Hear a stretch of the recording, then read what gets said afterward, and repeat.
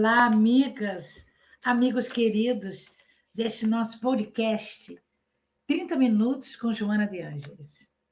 Voltamos depois de um breve intervalo, quando eu estive na Europa, em Portugal e na Suíça, usando o Evangelho de Jesus para aquelas terras que hoje amam e se inspiram em Jesus de Nazaré. Mas, dando continuidade ao nosso livro Momentos de Consciência, nós hoje vamos nos utilizarmos do capítulo 5, Saúde e Consciência. É um capítulo especial em que eu e a Laila Fernandes fizemos um resumo para que pudéssemos conversar sobre as dificuldades que nós temos em mantermos a nossa saúde, seja ela física ou espiritual. A benfeitora, que agora se prepara para reencarnar, devido à volta do seu filho amado, Divaldo Pereira Franco, ao mundo espiritual, agora ela, com as franciscanas, e Francisco de Assis, com os franciscanos, se preparam para reencarnarem. E segundo nós soubemos, a Joana irá reencarnar no Brasil para ajudar este mundo transitório, mais regenerado, mundo este que nós estamos entrando.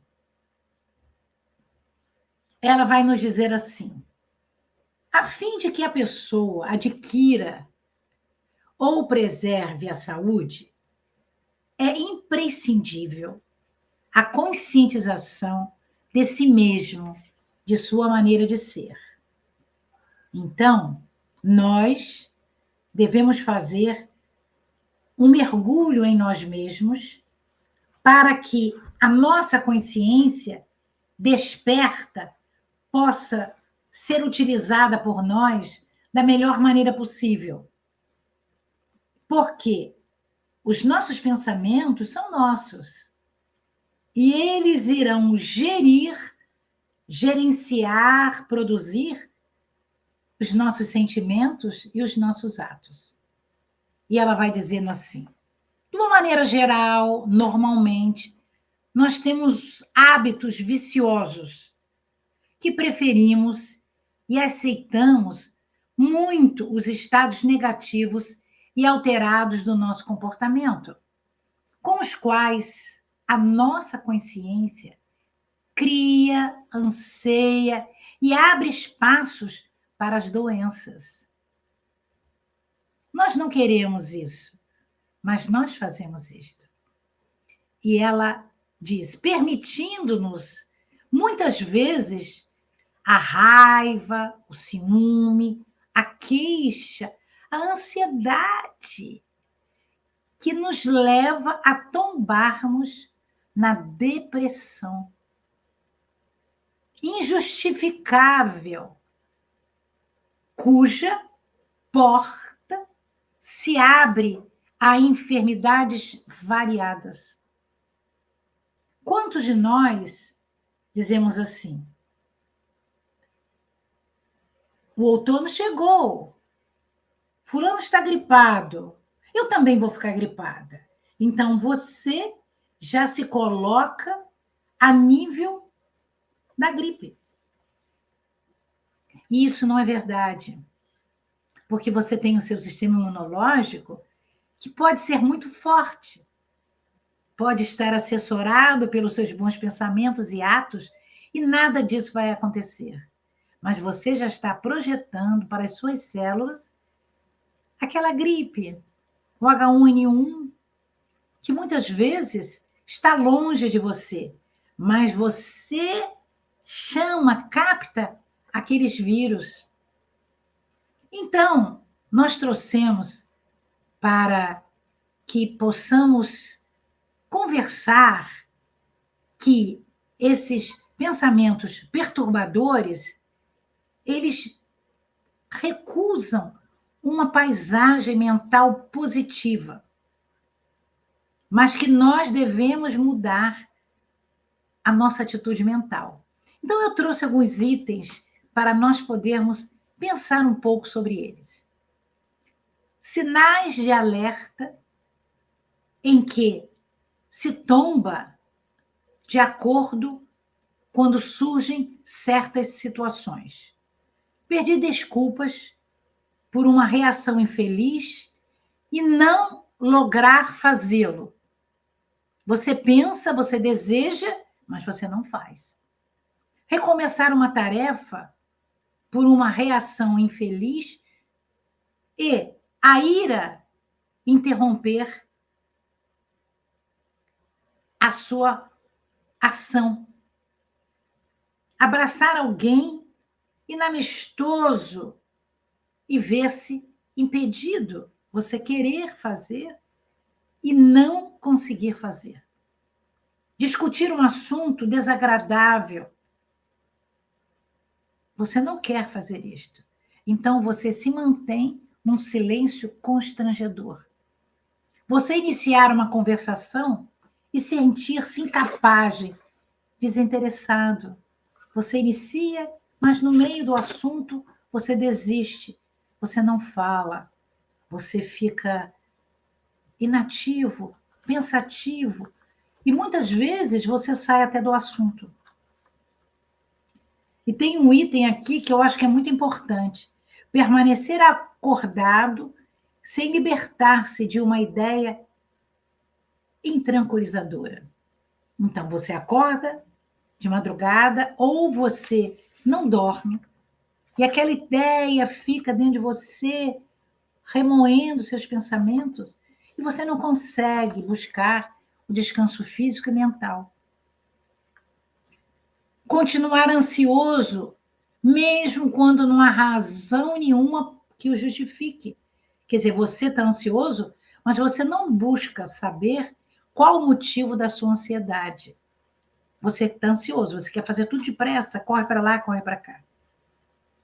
Sentir-se trêmulo ou deprimido diante de alguém que se lhe apresenta a você superior.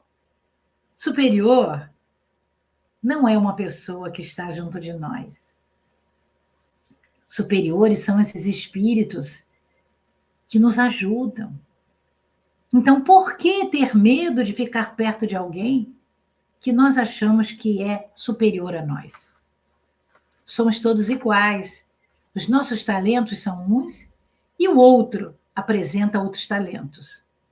Considerar-se diminuído no meio social no qual você se movimenta.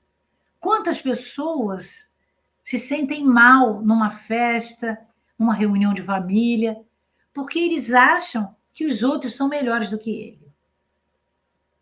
Esses sintomas, diz Joana, e muitos outros, caracterizam estados predisponentes de doenças que nós nem imaginamos que irão nos afetar. E ela diz: a aceitação dessas circunstâncias significa preferência de infelicidade à harmonia. Então, você prefere um desgosto, uma desarmonia à harmonia. E ela diz: se você cultivar esses hábitos, você bloqueia a sua consciência, que se entorpece, ela fica como que apagada, volvendo aquele estado inferior de consciência que você já deixou de ter. Então, é como se você tivesse descido um degrau na sua evolução. E, no caso, te dá uma sensação que essa é a maneira correta do seu estado evolutivo. Temos que ter muito cuidado com isto. Como nós somos uma pessoa livre, com o nosso livre-arbítrio, livre pensar, livre fazer, nós devemos preferir uma posição mais saudável do que a enferma.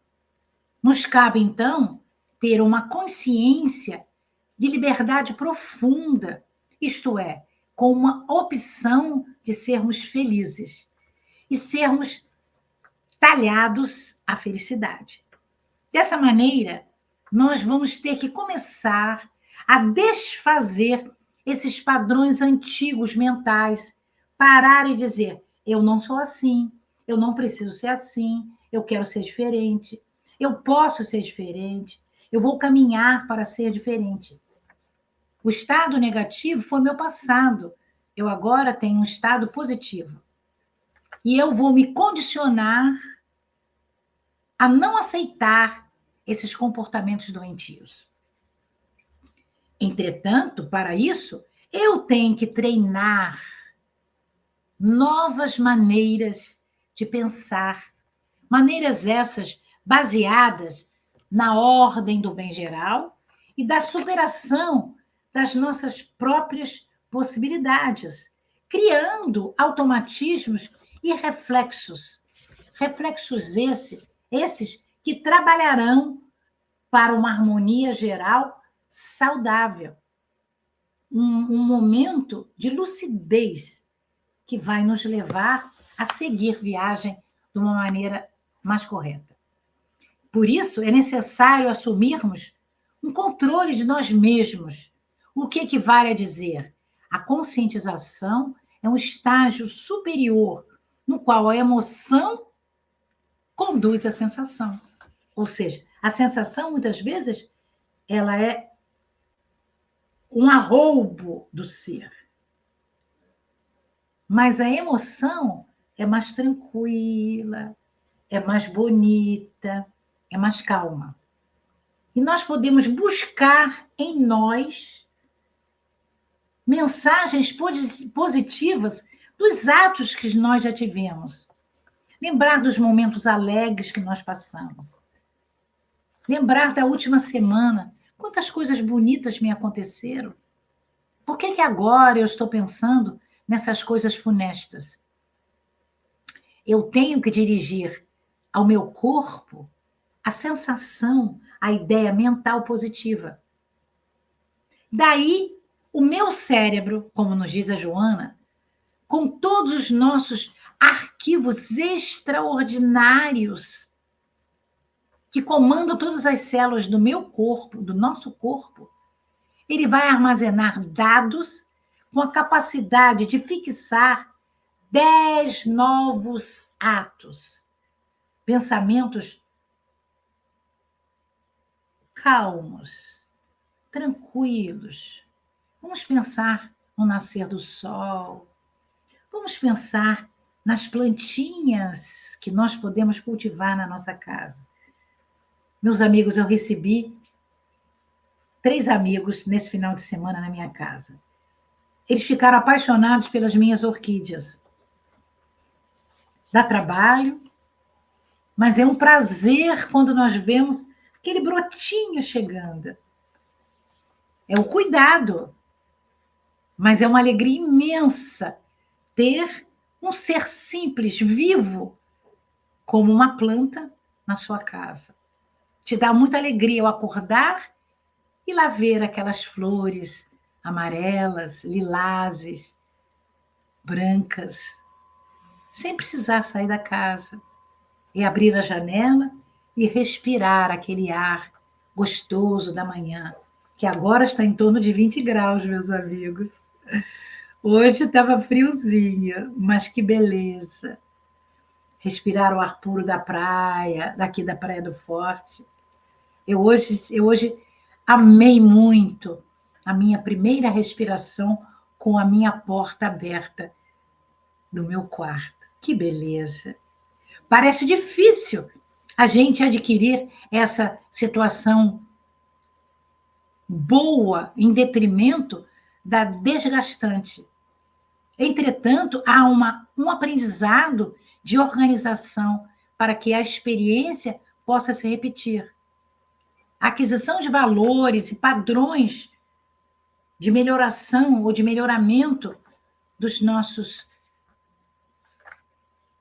desejos mais sublimes Quem não gostaria de que não existisse mais as guerras?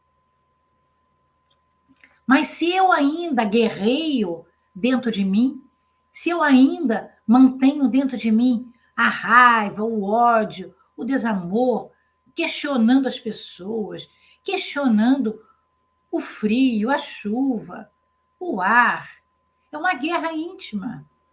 Mas eu quero que a guerra acabe. Para que a guerra acabe, onde houver guerra, eu tenho que, dentro de mim, ter paz, pacificar os meus pensamentos. Eu tenho que querer caminhos que me façam mais felizes. Nós sabemos, a Joana nos diz, que a tecnologia que hoje nós usamos, ela começou com 3 cientistas lá no passado, que descobriram o transmissor, peças pequenas, equipamentos que aceleraram o progresso da civilização. Mas talvez hoje, por uma falta de amor para os nossos atos, nós preferimos ir na telinha, seja do celular, ou do computador, ou do Facebook, ou do podcast, ou mesmo de uma outra mídia televisiva, da web, e usar as palavras dos outros, em vez de nós querermos usar as nossas palavras do bem, da paz. Então a tecnologia chegou para nos ajudar, mas nós precisamos usar essa tecnologia para que a nossa voz possa tranquilizar as pessoas. Mas se nós não estivermos tranquilos, nós não podemos emitir palavras com vibrações de tranquilidade. Elas ficam como se fossem gelo e não transportam as vibrações de alegria. Pois é, meus amigos, eu estou muito alegre por poder voltar para conversar com vocês todas as quintas-feiras, às 19 horas, de 15 em 15 dias. É uma beleza nós estarmos outra vez conversando. Hoje, dia 22 de maio de 2025. Então, ela nos aconselha: não meça esforços para adquirir saúde. A aquisição de saúde compete a cada um de nós, mediante a nossa conscientização do dever de ajudar, do dever de servir, do dever de abraçar as coisas boas da vida. E ela diz, do dever consigo mesma. O desafio é enfrentar e vencer através de pequenos atos, pequenas ações diariamente. A nossa busca de sermos melhores tem que ser diária, tem que ser em todos os nossos atos.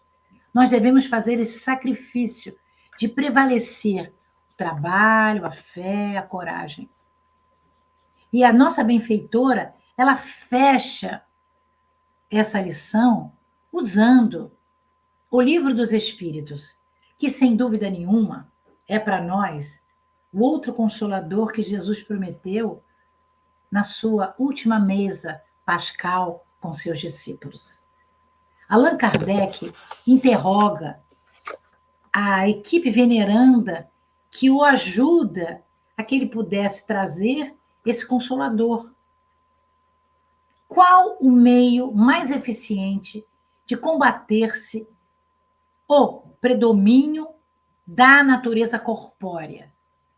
A prática da abnegação. Ou seja, nós temos de ser abnegados no nosso falar, no nosso pensar, no nosso agir. E ela diz, com esse esforço, você vai desfrutar da consciência, da saúde e da paz. Mas eu queria conversar com vocês, antes de fechar esse nosso convívio, desse podcast. Beleza, né, meus amigos? Quinzenalmente estamos aqui, que eu visitei Yverdon, na Suíça. Yverdon, que foi um colégio em que o menino Hippolyte Léon Denis Rivaio, pré-adolescente, em torno de 12, 13, 14 anos, chegou lá para estudar com João Henrique Pestalozzi. Hoje, o Castelinho, ele ainda está em reforma. Ele teve uma grande reforma o ano passado, em 2024, onde Divaldo Pereira Franco fez um grande congresso lá. Mais tarde, um outro congresso aconteceu. E este ano, ele está sendo consertado do outro lado. Eu fotografei muitas coisas. E eu pude entrar numa sala, que foi a sala onde o João Henrique Pestalozzi conversava com os pais daqueles alunos, dos meninos ricos, que ele educava. Primeiro começou só com os meninos, depois ele teve a oportunidade de também aceitar meninas. E lá naquele castelinho, o menino Hippolyte, o menino Rivaio, ele se destacou pelo seu entusiasmo e aprender as coisas do simples para o complexo. E quando Pestalozzi quis, na Europa, chamar atenção para o seu estudo, o seu controle e o seu desenvolvimento da educação dos pequenos no seu castelo em Yverdon, ele deixou aquele menino de 17 anos, não tinha nem feito 18, naquele castelo, no seu lugar, ajudando aqueles meninos, primeiros meninos. Mas também eu queria falar de uma coisa muito interessante, que esses meninos, eles pagavam X. E um pouco do X, Pestalozzi tirava para aceitar meninos pobres que não podiam pagar. E assim ele fez com as meninas. Então, as meninas ricas, de grande poder aquisitivo, pagavam uma quantia de dinheiro. E aquela quantia ele tirava para poder convidar as meninas pobres. Então, nós tivemos, no Hippolyte Léon Denis Rivaio, uma cultura de benevolência, de eficiência, de abnegação para o estudo.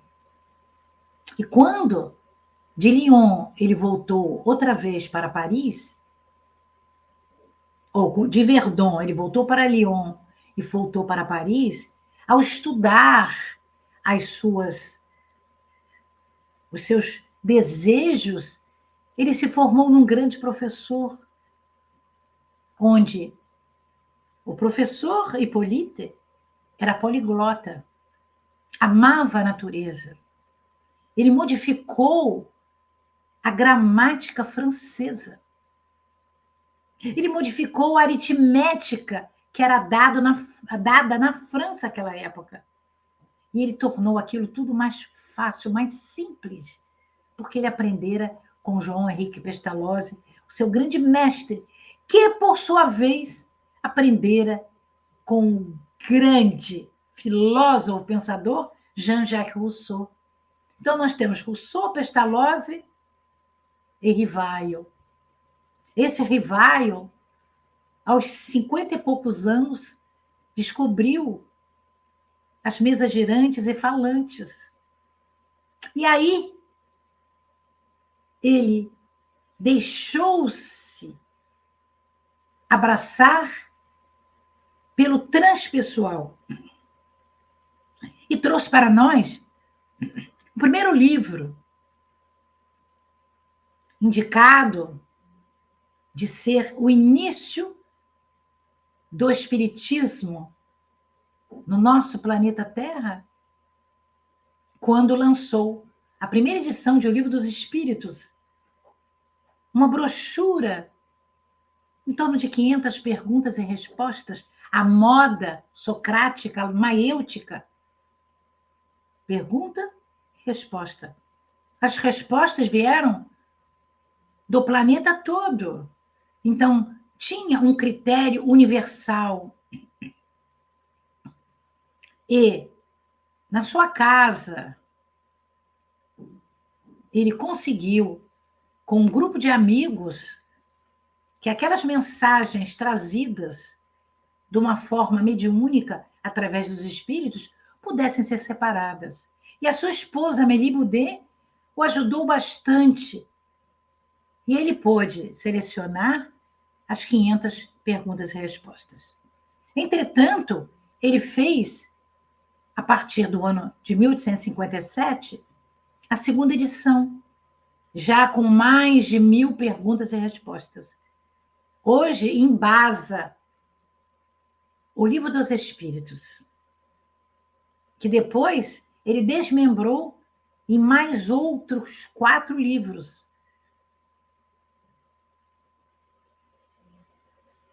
O Evangelho segundo o Espiritismo, o Livro dos Médiuns, o Céu, o Inferno e a Gênese. Então, esse Pentateuco kardeciano é para nós fundamental. Quando a Joana de Ângeles nos traz a sua série psicológica transpessoal, ela traz do que ela pôde estudar com Allan Kardec, que foi uma reencarnação anterior à chegada do Cristo, Jesus, à Terra, que dividiu os nossos anos antes de Cristo e depois de Cristo, enquanto ele, Allan Kardec, era um druida céltico da Europa setentrional.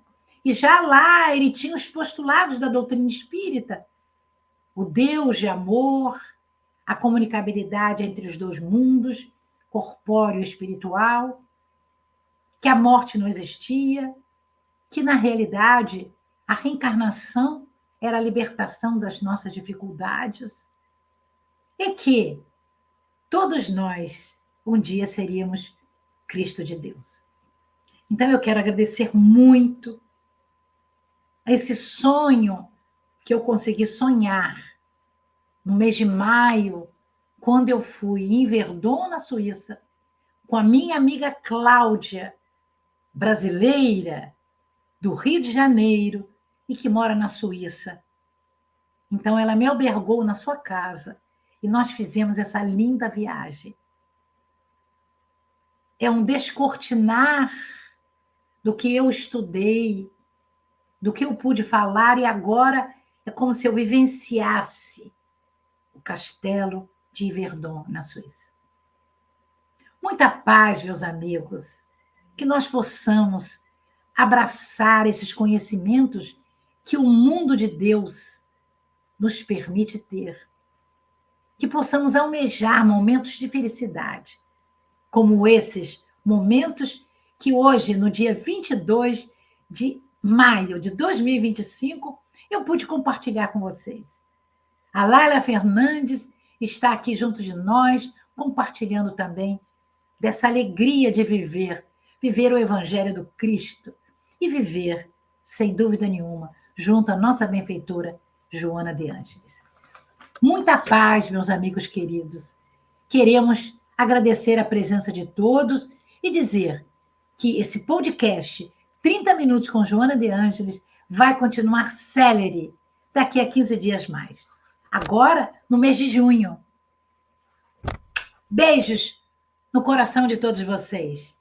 Muita paz, muita felicidade, muita alegria de viver. Que assim possa ser, graças a Deus.